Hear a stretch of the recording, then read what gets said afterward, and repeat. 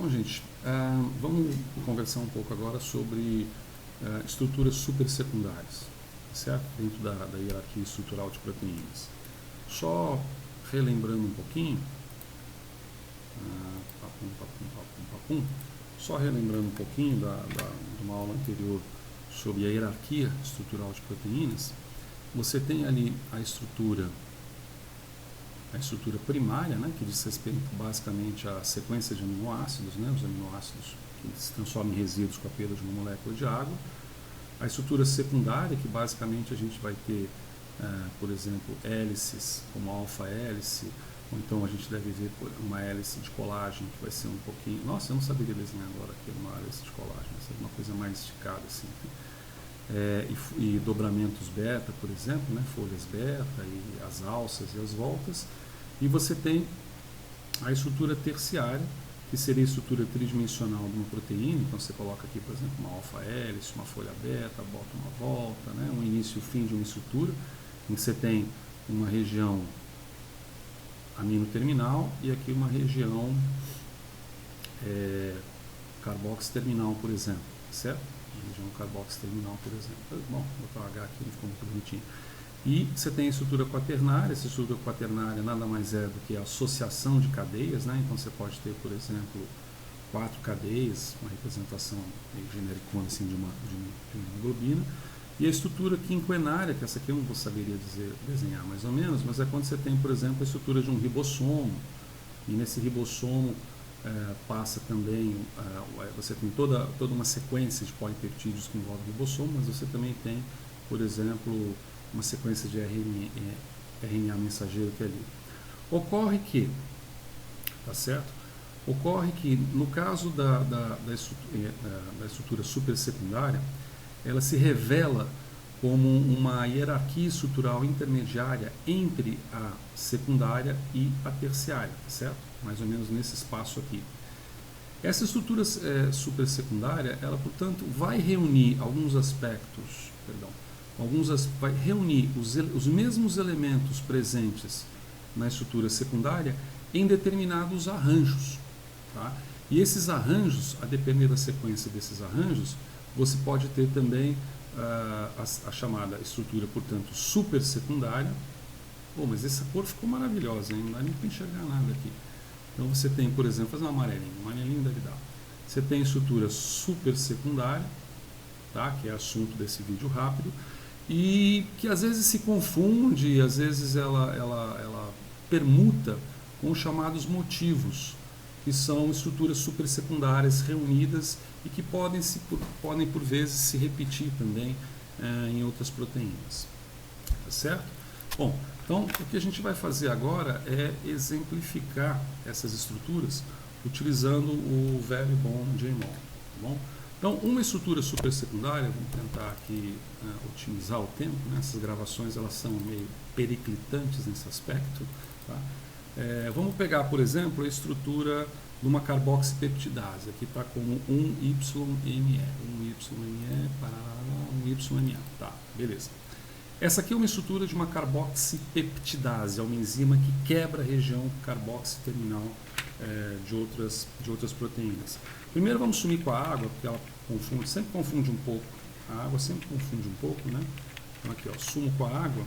E vamos tentar observar somente a região que revela uma determinada estrutura supersecundária. Então, para isso, você restringe a imagem aos resíduos de aminoácido que conferem essa estrutura supersecundária.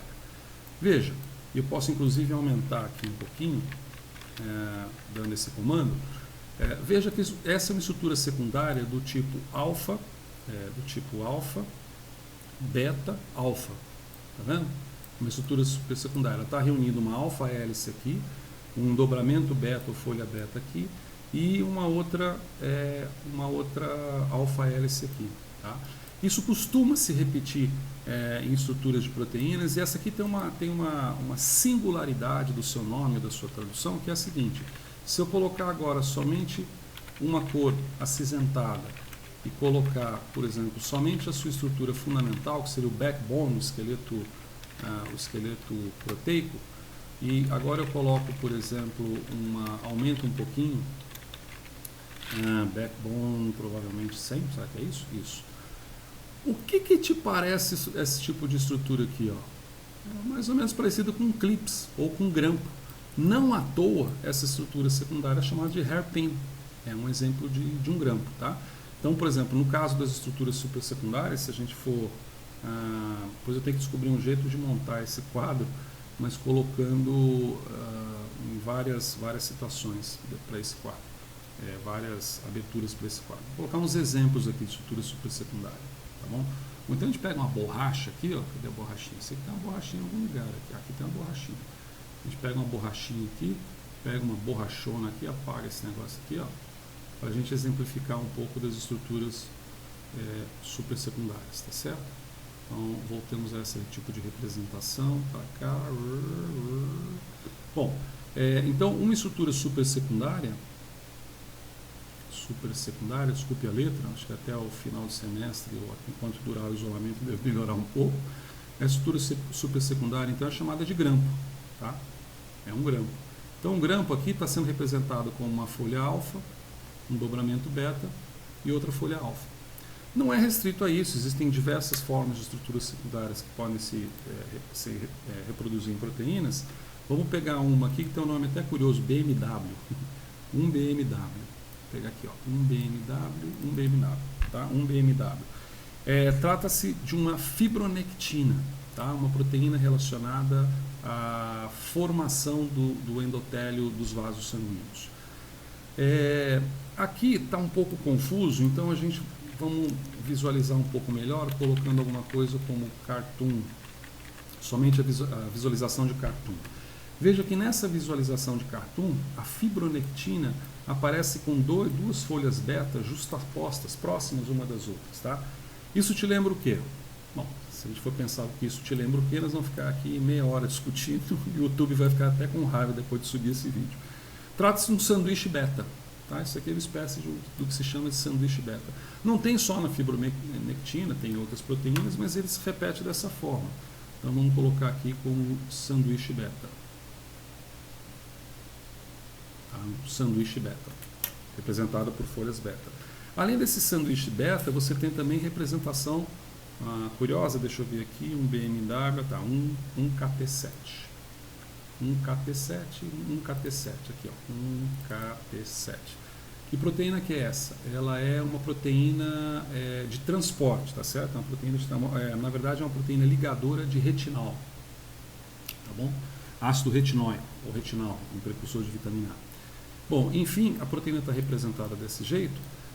A gente pode até deletar a água novamente para não confundir, mas também nem precisa. Se você girar a estrutura, você vai ver que ela tem uma forma meio de, quem sabe um pouquinho, com um pouco de você forçar um pouquinho aqui a imaginação, um barril, tá certo? E é um barril formado por folhas beta, exclusivamente por folhas beta. Não à toa, esse aqui é chamado também de, para girar, né? Esse aqui é chamado também de barril beta, tá? Opa, desculpa a letra aí, nossa, letrinha, hein? Deixa eu apagar aqui, agora vai melhorar. Ei, tá? Então esse aqui é chamado de barril beta. Bom, se tem um barril beta, quem sabe não tem um barril alfa também, né? Como que seria representado um barril alfa?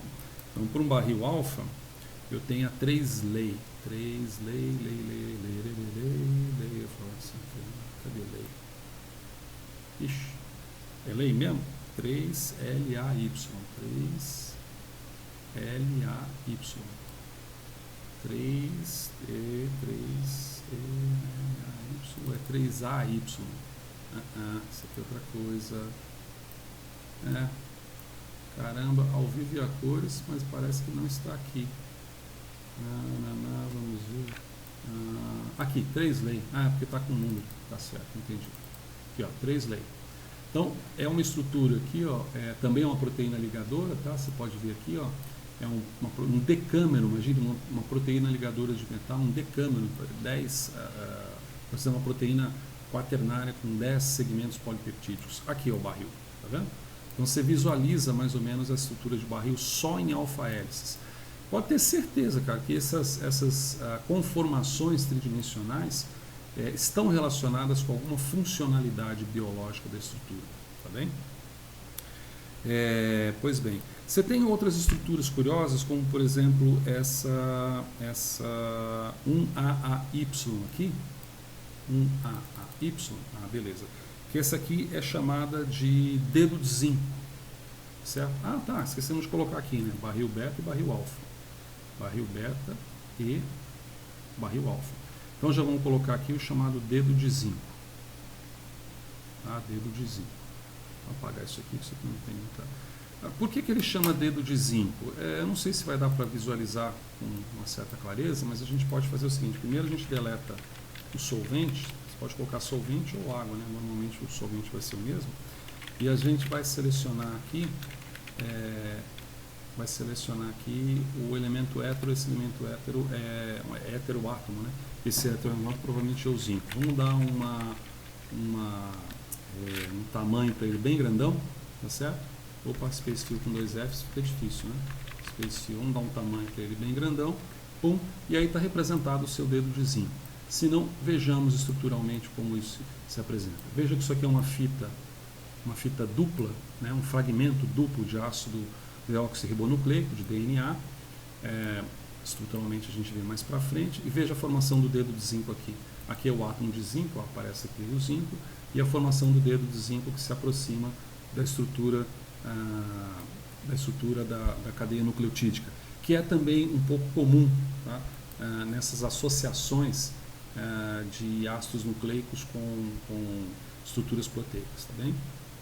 Um outro, além do dedo de zinco que a gente tem, também muito bonitinho isso aqui, um YSA, esse aqui. Olha que gracinha. Você também tem aqui uma estrutura que é o ácido nucleico, tá certo? Também em dupla fita, e aqui você tem duas alfa-hélices perpassando, praticamente grampeando, né? Não chega a ser um grampo, mas absorvendo, né? Na estrutura desse ácido nucleico. Isso aqui parece, se eu fizer isso aqui, fizer essa rotação aqui, eu não consigo apontar com o dedo na tela, mas eu consigo apontar aqui. Veja onde você tem, não é propriamente uma junção, mas onde você tem as estruturas próximas dessas duas alfa-hélices. À medida que eu vou girando aqui, ela vai descendo aqui. Isso parece com o quê? Mais uma vez a gente vai perder meia hora e não vai chegar a conclusão nenhuma. Isso parece com um zíper. E não à toa, por exemplo, isso aqui é chamado de zíper de leucina. Sabe por quê? Porque se eu pegar, selecionar as leucinas e colocar essas leucinas bem grandonas, color CPK, olha só a quantidade de cadeias laterais de leucina que estão revestindo esse chamado zíper de leucina. Portanto, essa também é uma estrutura supersecundária. Existem outras estruturas supersecundárias, vamos completar aqui com uma última, que é a estrutura observada na 1CLL. 1CLL. Tá aqui, 1CLL. Tá? Isso aqui é uma proteína, como diz, calmodulina, é uma proteína ligadora de átomos de cálcio. Então, para isso, vamos deletar a água, então, delete water, por exemplo, se a gente quiser fazer. A gente pode selecionar o átomo que a gente deseja, que é o cálcio, né? Colocar também uma dimensão dele bem suficiente. Opa, alguma coisa está errada aqui. Tá, 2 Fs novamente. Miopia avançada tem esses problemas. Tá certo? E você tem aqui o chamada mão EF, tá? Que é um outro tipo de estrutura, chamada de mão EF, que é presente na calmodulina e que é responsável, essa estrutura de mão EF, por cercar, olha só, ela cerca os átomos de cálcio que são necessários para transporte. Então, só para a gente completar aqui, a gente colocou o dedo de zinco aqui, a gente esqueceu de colocar o zíper de leucina, tá? O zíper de leucina e a mão EF. Tem um outro que é chamada chave grega, que eu nem vou puxar aqui, porque vocês podem pegar ela, fica como tarefa, pega ela no livro de Bioquímica Estrutural, guiada por J. Moll.